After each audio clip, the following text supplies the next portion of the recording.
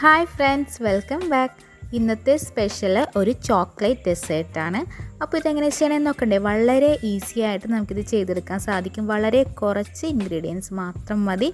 അപ്പോൾ നമ്മുടെ ചാനലൊന്ന് സബ്സ്ക്രൈബ് ചെയ്യാത്തവരുണ്ടെങ്കിൽ ഒന്ന് സബ്സ്ക്രൈബ് ചെയ്ത് സപ്പോർട്ട് ചെയ്തേക്കണേ. വീഡിയോ ഇഷ്ടമായാൽ ലൈക്ക് ചെയ്യാനും മറക്കരുതേ.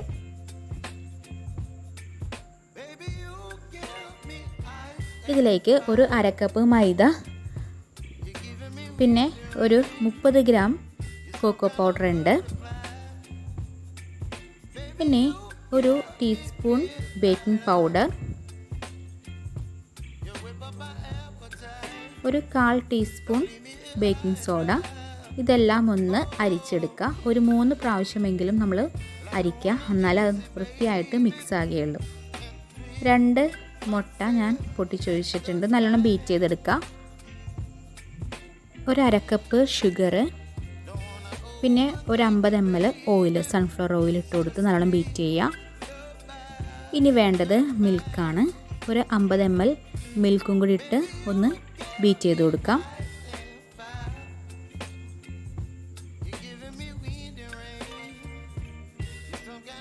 ഒരു 1 ടീസ്പൂൺ വാനില എസൻസും കൂടി ചേർത്ത് കൊടുക്കാം.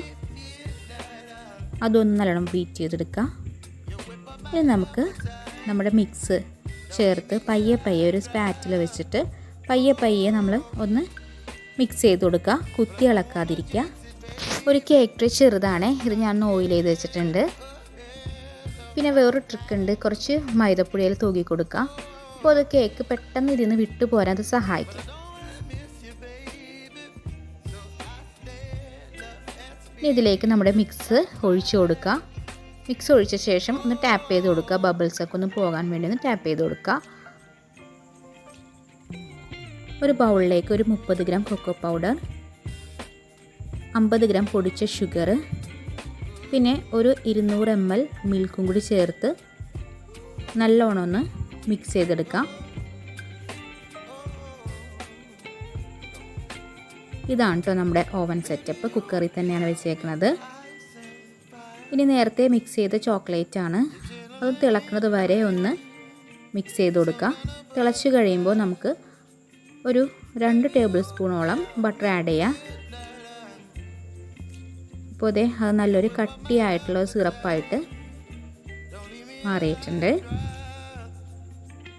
ഇനി 1 കപ്പ് വിപ്പിംഗ് ക്രീം അതൊരു ബൗളിലേക്ക് ഇട്ടിട്ട് 1 ടേബിൾ സ്പൂൺ കൊക്കോ പൗഡറും കൂടി നല്ലോണം ഒന്ന് മിക്സ് ചെയ്ത് ബീറ്റ് ചെയ്തെടുക്കാം. നല്ലോണം ഒന്ന് മിക്സ് ആക്കി എടുത്തിട്ടുണ്ട്. ജസ്റ്റ് ഇതിങ്ങനെ മിക്സ് ആക്കുന്നേ ഉള്ളൂ കേട്ടോ. അപ്പോൾ നമ്മുടെ കേക്ക് റെഡി ആയിട്ടുണ്ട്. നല്ല സോഫ്റ്റ് ആയിട്ടുണ്ട് കേട്ടോ, നല്ല സോഫ്റ്റ് ആയിട്ടുണ്ട്. ഇനി ആ ഒരു ഉയർന്ന ഭാഗം നമുക്ക് കട്ട് ചെയ്ത് കളയാം. അപ്പോൾ നല്ല ചൂടോടെ ഞാൻ കട്ട് ചെയ്തിട്ടുണ്ട്. നല്ല സോഫ്റ്റ് ആയിട്ടുണ്ട് കേട്ടോ. ഇനി ഇതിലേക്ക് നമ്മുടെ ക്രീം ഒന്ന് തേച്ച് കൊടുക്കാം.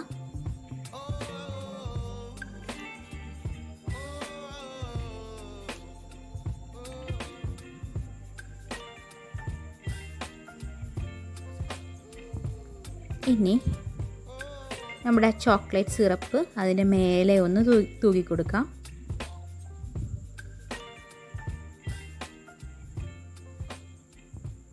ഇതൊരു 1 മണിക്കൂർ നേരത്തേക്കെങ്കിലും നമ്മളൊന്ന് റെഫ്രിജറേറ്ററിൽ വെക്കണം.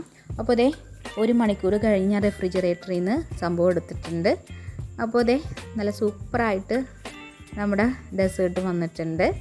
അപ്പോൾ ഇതെല്ലാവരും വീട്ടിലൊന്ന് ട്രൈ ചെയ്ത് നോക്കുക. നല്ല ടേസ്റ്റാണ് കേട്ടോ. എല്ലാവരും വീട്ടിൽ ട്രൈ ചെയ്ത് നോക്കുക, കമൻറ്റ് അറിയിക്കുക.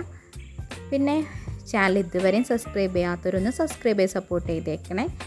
വീഡിയോ ഇഷ്ടമായെങ്കിൽ ഒന്ന് ലൈക്ക് ചെയ്തേക്കണേ.